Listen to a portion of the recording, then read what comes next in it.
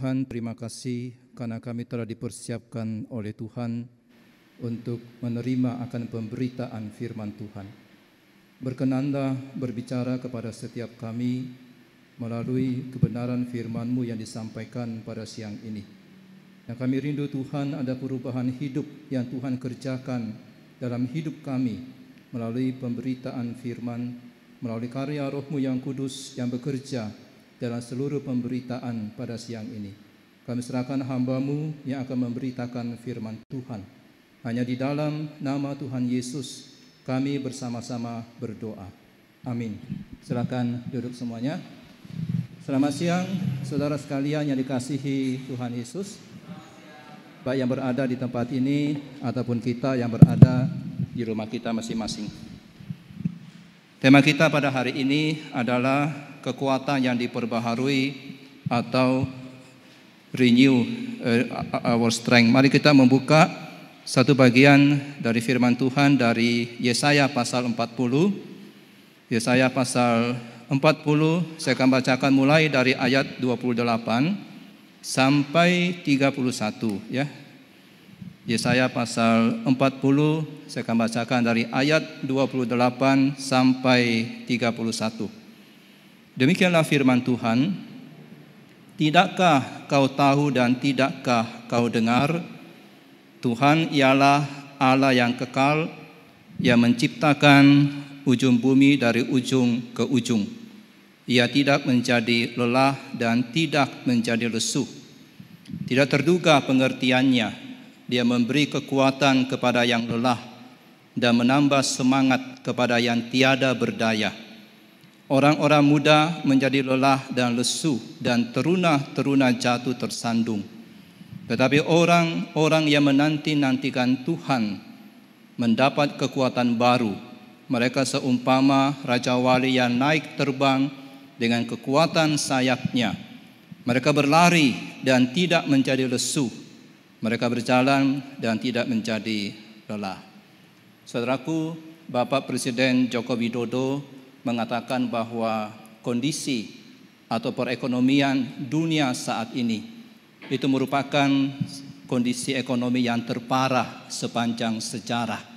Sampai Joko Widodo mengatakan, terus terang saya ngeri. Presiden aja ngeri saudara. Harusnya kita lebih ngeri ya. Kalau presidennya sampai ngeri berarti mengerikan sekali buat kita. Dan para ahli ekonomi mengatakan bahwa kondisi ekonomi ini akan sangat dalam. Dan oleh karena virus atau pandemi Corona 19 mengakibatkan ekonomi itu berjalan macet atau hang. Saudara yang ngerti komputer, terkadang komputer kita itu hang. Dan ketika hang kita mesti restart ulang. Bahkan ada yang di-rebooting kembali. Dan katanya ekonomi harus disetting seperti itu. Sudah kondisi ekonomi yang berat dan lama pemulihannya ini, serta adanya COVID-19 membuat banyak orang itu menjadi lelah dan tidak lagi bersemangat. Walaupun Hotman Paris pernah mengatakan dalam sebuah YouTube yang saya lihat, dia berkata, giatlah cari uang dalam masa krisis ini. Kumpulkan uang, miliki uang cash kata dia. Setelah persoalannya adalah apa yang mau disimpan kalau tidak ada yang bisa disimpan. Amerika punya Steve Jobs, punya Job kan, punya Johnny Cash, punya Cash, punya Bob Hope, masih punya Hope. Kita punya apa? Gus Dur mengatakan tenang aja, kita punya untung, kita punya selamat, dan kita punya banyak emas. Ada Mas Gatot, ada Mas Jo, ada Mas Guru. Tapi persoalannya adalah mas-mas itu juga lagi krisis. Lagi lelah, lagi lesu. Nah saudara, kalau orang sudah merasa lelah dengan kondisi ekonomi pada saat ini, bagaimana bisa bekerja? Semangatnya saja sudah habis. Orang tua menyekolahkan anak juga sudah capek, mesti bayar uang sekolah, anak belajar di rumah, semuanya lelah saudara. Saya kira kondisi ini mirip sekali dengan kondisi bangsa Israel pada waktu itu.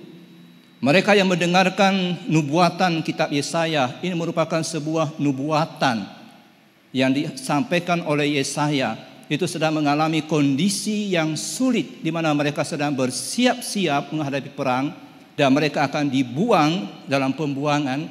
Dan kondisi ini akan lebih sulit lagi ketika mereka sudah dibuang ke Babel, dan kemudian mereka baca kembali kitab ini.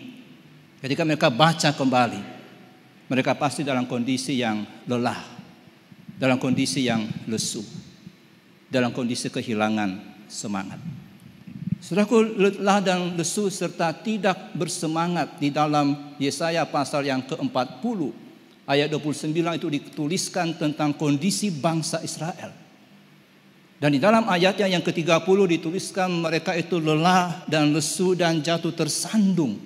Jadi bukan hanya lelah lesu tapi tidak bersemangat, dan bukan hanya tidak bersemangat tapi mereka jatuh tersandung.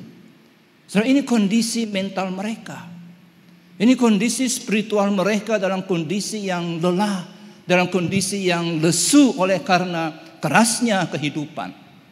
Saya kira saudaraku, kondisi banyak orang pada saat ini juga sedang berada di dalam kondisi yang lelah dan tidak bersemangat. Lelah dan jatuh tersandung. Saya nggak tahu bagaimana kondisi saudara pada hari ini. Dan saya kira ketika kita lelah dan letih dalam kondisi pada hari ini, itu hal yang wajar karena begitu banyak sekali orang yang mengalami kondisi kelelahan ini. Dan ini disebabkan oleh penyakit yang berkepanjangan, oleh korban yang begitu banyak. Dan terus terang saya juga lelah. Saya lelah pakai masker, saudara. Di mana-mana harus pakai masker. Di mana-mana harus menjaga jarak. Ya lumayan sih masker melindungi kita dari virus, juga melindungi wajah jelek. Lumayan saudara. Saya suka pakai masker, akan lebih cakep kelihatan.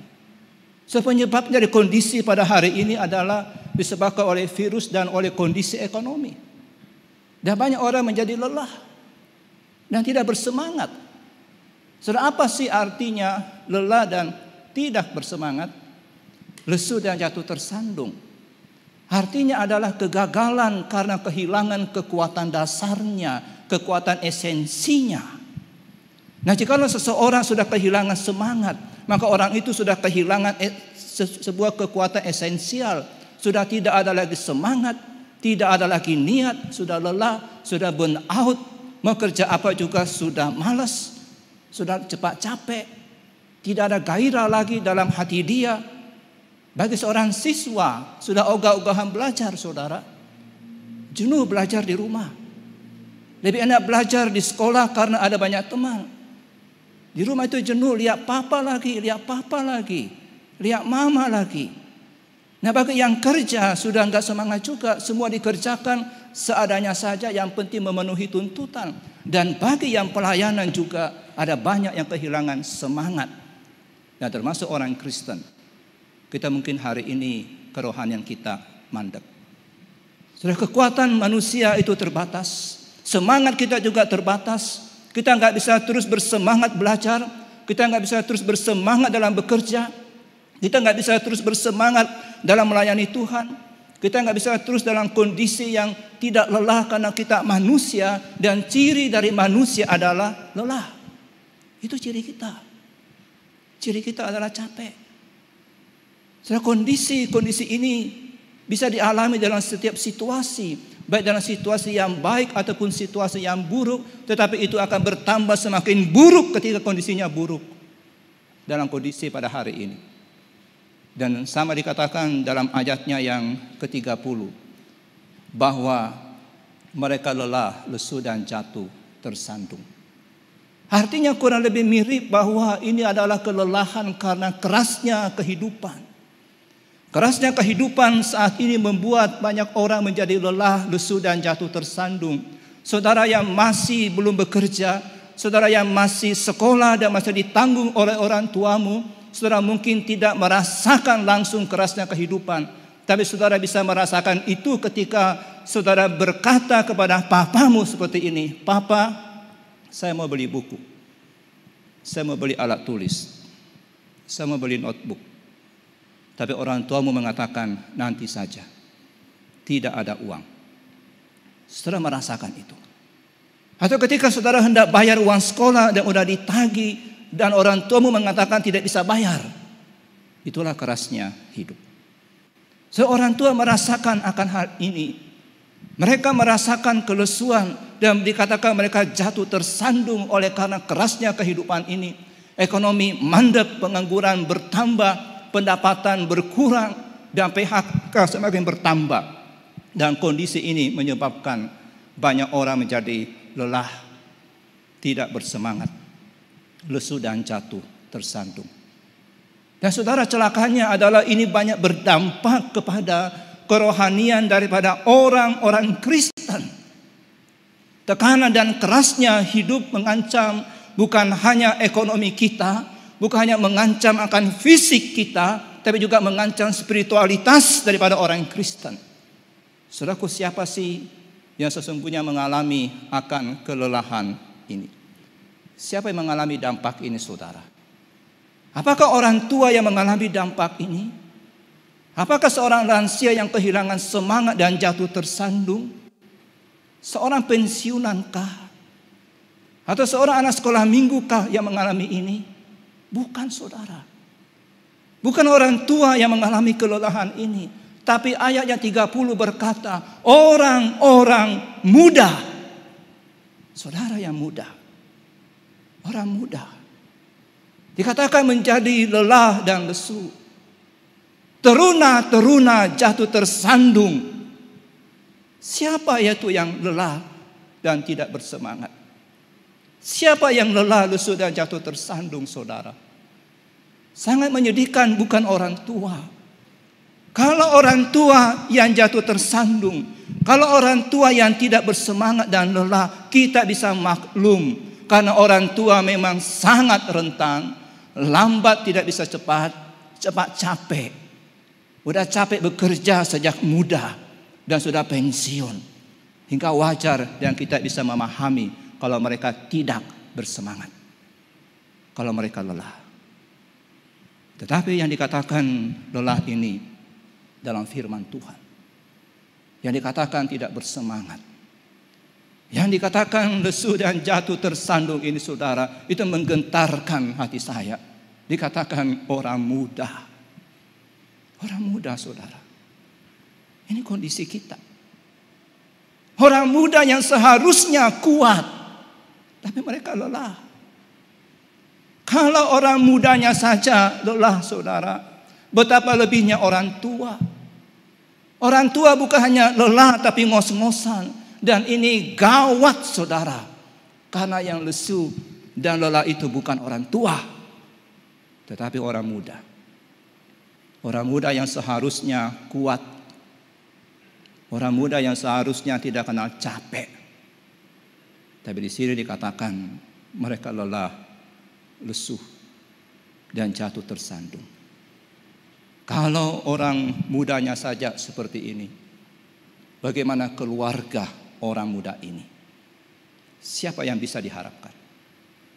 Kalau orang mudanya saja seperti ini, bagaimana dengan gerejanya? Bagaimana dengan Kak Imtong? Apa yang bisa diharapkan dari gereja yang orang mudanya letih dan lesu? Dan kalau orang mudanya seperti ini, bagaimana dengan bangsanya, saudara? Apa yang bisa diharapkan? Presiden pertama RI Soekarno pernah mengatakan, beri kepada saya 10 pemuda dan saya akan goncang dunia ini. Dunia akan tergoncang kalau pemudanya tidak lelah, kalau pemudanya kuat. Dunia akan digoncang oleh Kak Imtong kalau pemudanya kuat dan tidak lelah. Dunia akan digoncang oleh keluarga saudara kalau saudara sebagai pemuda itu kuat. Dunia akan digoncang oleh bangsa kita kalau kita pemuda-pemudi Kristen kuat. Perubahan keadaan bisa menyebabkan kita mengalami kelelahan dan kelesuan spiritual. Saya nggak tahu bagaimana kondisi saudara pada hari ini. Mungkin ada banyak di antara kita yang bukan hanya mengalami kelelahan ekonomi, kelelahan pakai masker, tapi kita lelah di dalam spiritual kita. Sudah bagaimana kita menghadapi kondisi yang lesu, yang lelah, dalam kondisi yang tersandung ini. Firman Tuhan mengatakan dengan menanti-nantikan Tuhan.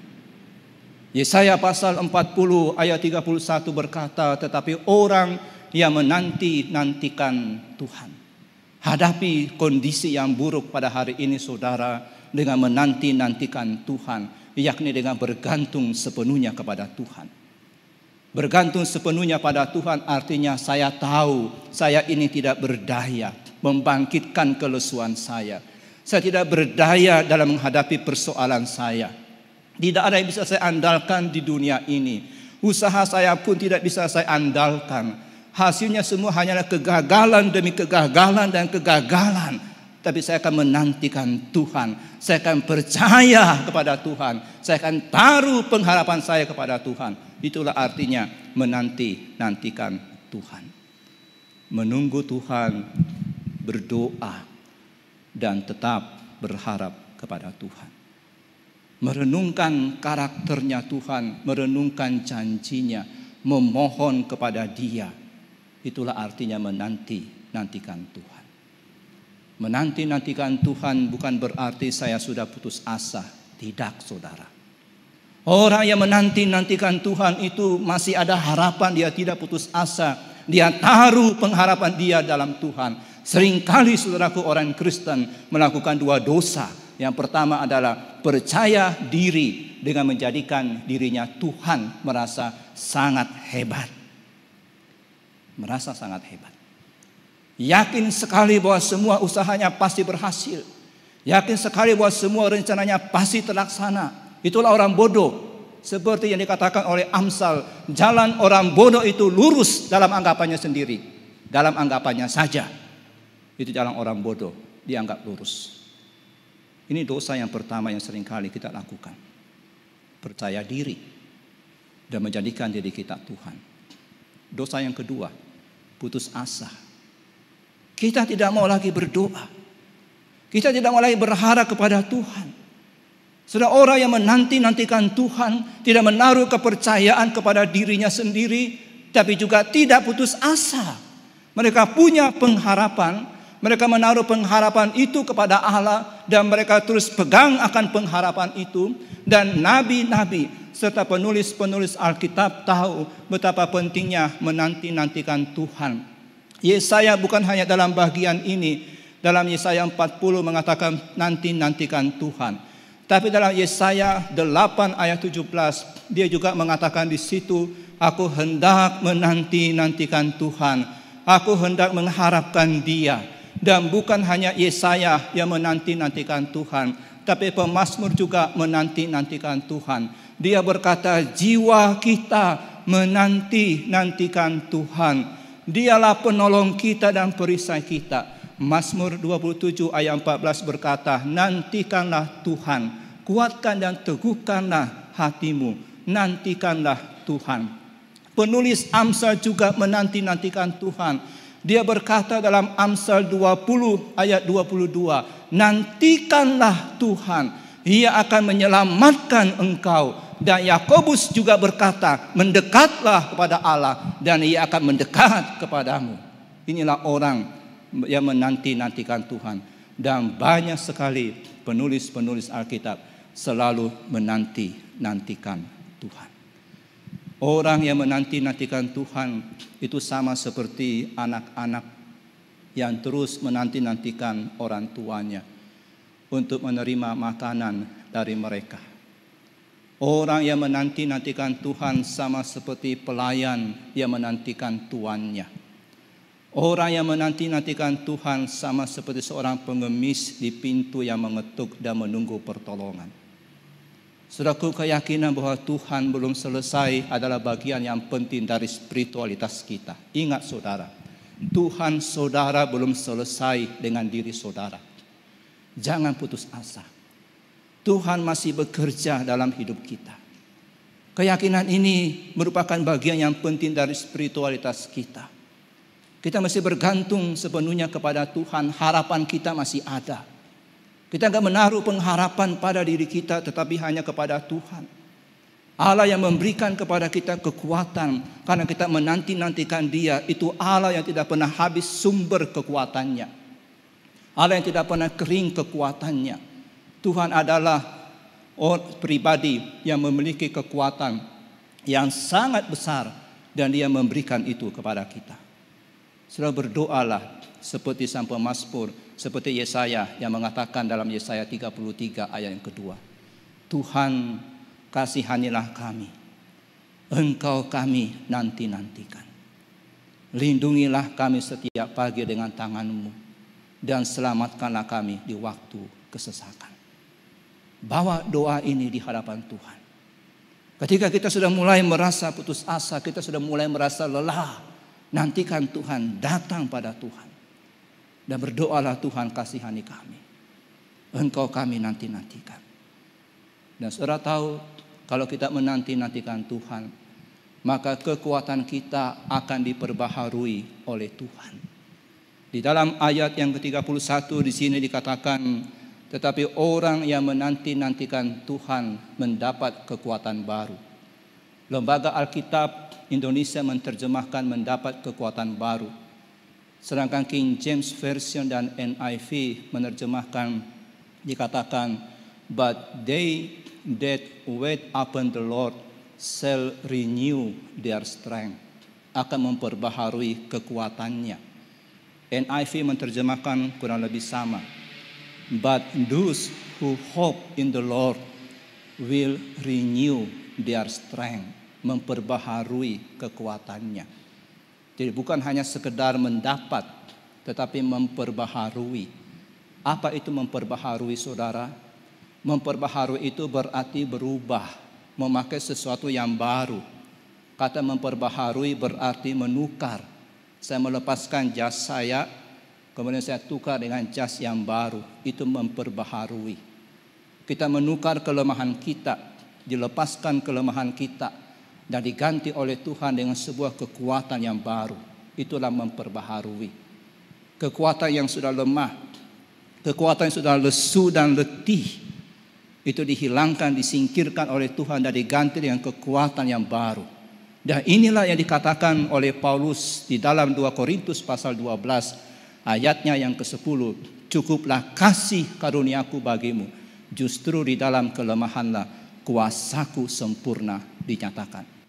Kelemahan Paulus itu diganti. Kelemahan Paulus itu ditukar dengan kuasa yang sempurna. Jadi ketika kita menanti-nantikan Tuhan, kita akan mendapatkan kekuatan yang berbeda. Kita akan seperti Raja Wali. Kekuatan yang kita miliki bukan lagi kekuatan yang lama, tapi sebuah kekuatan yang baru. Kekuatan yang diperbaharui oleh Tuhan.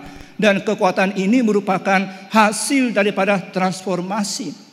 Tuhan mentransformasi kekuatan kita, mentransformasi diri kita, dan transformasi ini terjadi setiap hari. Setiap kali kita datang pada Tuhan, setiap kali kita menantikan Tuhan, setiap kali kita berdoa kepada Tuhan, Tuhan mentransformasi diri saudara, memberikan kekuatan yang baru untuk saudara, menyingkirkan kelemahan saudara. Saudaraku, Tuhan yang memberikan kekuatannya kepada kita adalah sumber kekuatan. Dan kekuatan itu milik Dia. Oleh karena Tuhan sudah memberikan kepada kita kekuatannya. Kalau kita menanti-nantikan Tuhan, maka hentikan 5L, saudara.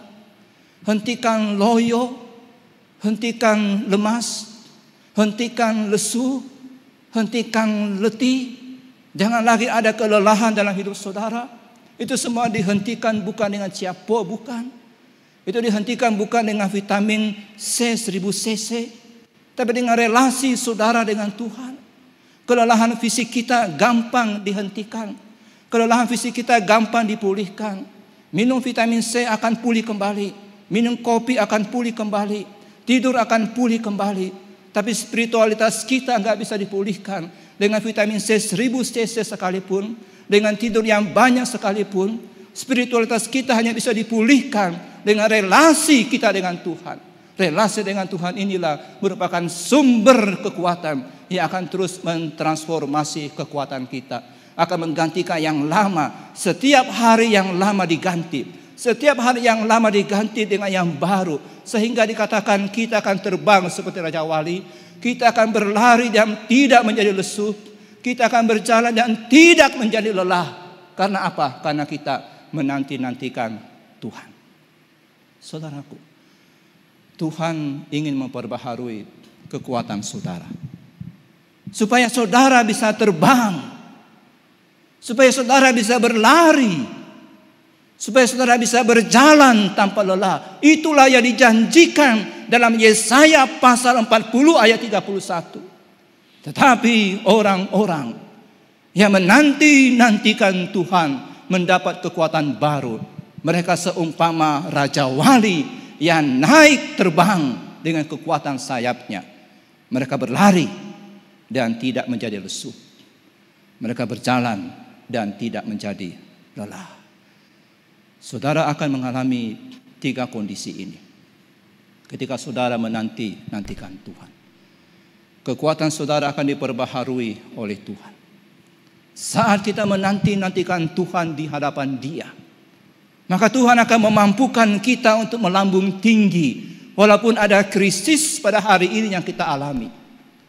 Mereka yang menanti-nantikan Tuhan itu dipersiapkan untuk diangkat dan dibawa tinggi-tinggi oleh Roh Tuhan. Dengan waktunya Tuhan, dengan caranya Tuhan. Mereka akan merentangkan sayapnya seperti burung Raja Wali. Dan dengan mudah terbang melayang-layang di atas angin. Dan Tuhan memungkinkan semua itu terjadi. Hingga kita bisa mengatasi kekecewaan kita pada hari ini. Kita bisa menghadapi kegagalan kita pada hari ini. Dan kita bisa song-song hari depan kita. Kita bisa lakukan pelayanan kita untuk masa depan pekerjaan Tuhan. Dengan terbang tinggi melampaui semua krisis-krisis yang terjadi pada saat ini. Saudaraku, kekuatan baru kita ketika kita menanti-nantikan Tuhan itu akan seperti Raja Wali yang naik melambung tinggi. Tapi bukan hanya seperti burung Raja Wali, tetapi akan seperti orang yang berlari. Ayat 31 mengatakan mereka berlari dan tidak menjadi lesu. Apa saudara pernah berlari? Saya kadang-kadang lari saudara. Kalau olahraga. Seminggu sekali, paling enggak ada sekali.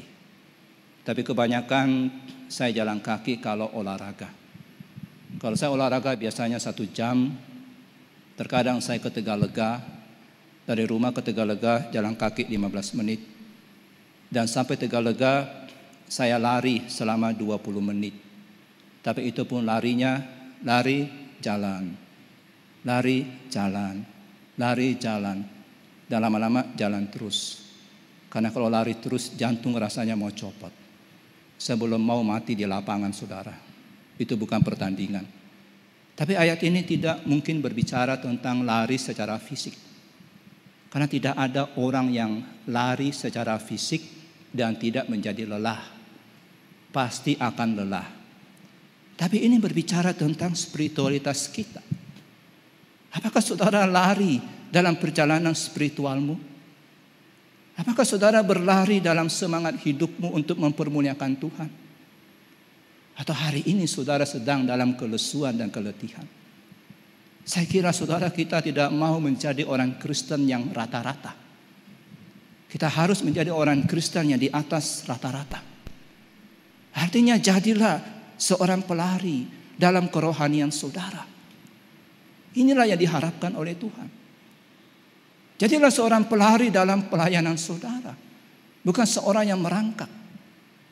Jadi seorang pelari di dalam pekerjaan Tuhan. Jadi seorang pelari yang menjadi berkat dalam pekerjaanmu. Hanya orang yang berlari dalam rohaninya lah yang bisa meninggalkan jejak-jejak di dalam kehidupan mereka. Hanya orang yang bersemangat dan tidak lesu untuk Tuhan lah yang bisa meninggalkan jejak-jejak dalam pekerjaan Tuhan. Hanya orang-orang muda yang bersemangatlah pada hari ini yang bisa meninggalkan jejak-jejak untuk masa generasi yang berikutnya. Tapi kalau hari ini kita enggak berlari, kita tidak akan meninggalkan jejak-jejak untuk generasi di bawah kita. Pada saat kita menanti-nantikan Tuhan, maka kemampuan spiritual kita itu akan tinggi dalam tingkat ketegangan yang setinggi mungkin. Dan inilah kehendak Tuhan. Berlari itu dalam tingkat ketegangan yang tinggi. Tuhan ingin kita berada dalam titik yang tertinggi bekerja bagi Tuhan. Tuhan ingin hati kita dalam posisi yang tertinggi, energi spiritualitas yang tertinggi untuk Tuhan. Itulah lari tanpa lelah. Dan kita akan miliki lari tanpa lelah itu ketika saudara menanti-nantikan Tuhan. Saudara tidak layak kita merangkak bagi Tuhan. Tuhan Yesus sudah mati di kayu salib. Dia mencurahkan darahnya untuk kita. Bukan setetes, dua tetes dia curahkan darahnya. Dia tumpahkan semuanya untuk kita. Layakkah kita bekerja seadanya bagi Dia? Layakkah kita hidup seadanya bagi Dia? Layakkah kita lakukan semuanya dalam keletihan, kelesuan? Tuhan menuntut kita lari. Lari tanpa lelah. Karena Dia sudah melakukan hal itu untuk kita. Saudaraku, kita akan lari dan tidak menjadi lesu kalau kita menanti-nantikan Tuhan. Kalau saudara belum pernah berlari tanpa lelah dalam kehidupan rohanimu, maka saudara belum mengalami pertobatan kedua. Martin Luther mengatakan, berlari untuk Tuhan itu adalah pertobatan kedua. Pertobatan pertama kita bertobat dari segala dosa kita. Pertobatan kedua adalah saya bertobat dari kemalasan saya untuk Tuhan. Kalau saudara belum pernah berlari untuk Tuhan sampai hari ini, saudara belum mengalami pertobatan kedua. Sungguh luar biasa ketika seseorang tidak hanya diselamatkan dari kuasa dosa, tapi kita diselamatkan dari kelambanan. Saudara harus berdoa sungguh-sungguh kepada Tuhan. Selamatkan saya Tuhan dari kelambanan. Selamatkan saya dari kelesuan. Selamatkan saya dari patah semangat. Hai pemuda, hai orang-orang muda, di manakah engkau pada hari ini? Di mana posisi hatimu? Mengapa engkau hanya duduk dalam kelesuan? Lesu untuk Tuhan itu enggak layak. Lamban untuk Tuhan itu enggak layak. Lamban untuk pekerjaan Tuhan itu enggak layak. Lamban dalam pekerjaan kita, studi kita untuk Tuhan itu enggak layak. Lambang dalam hidup kita untuk mempermuliakan Tuhan enggak layak. Bertobatlah saudara.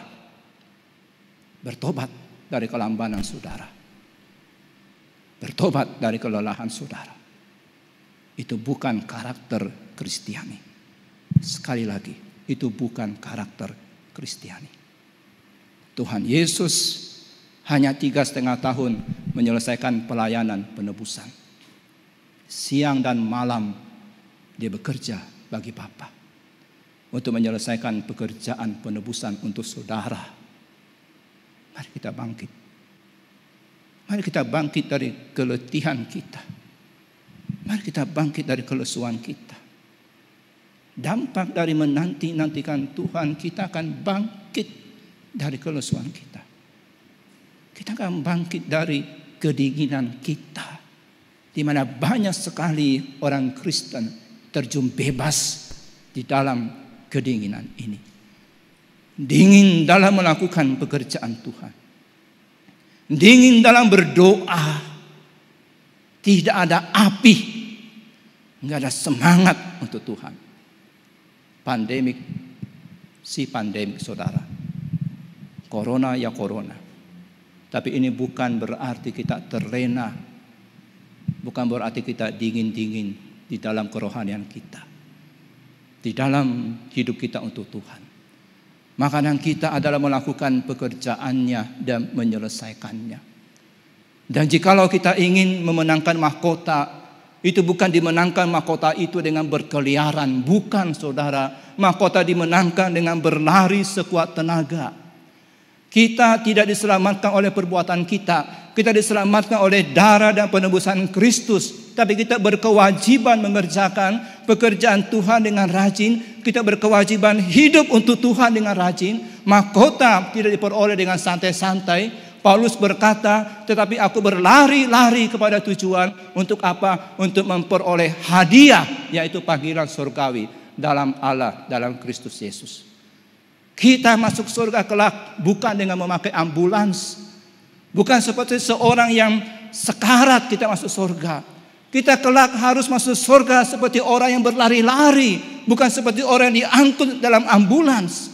Kita masuk surga bukan dengan kelesuan, tapi kita masuk surga dengan energi, dengan berlari-lari.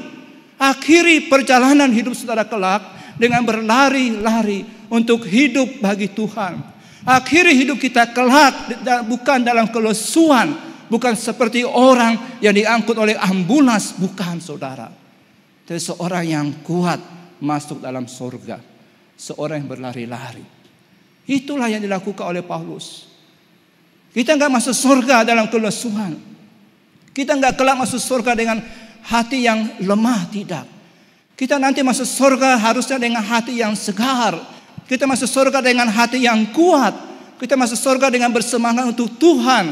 Semangat yang tidak pernah padam sampai ketika maut pun sudah menjemput kita. Semangat itu jangan pernah padam. Itulah berlari. Dan kita harus berlari tanpa lelah.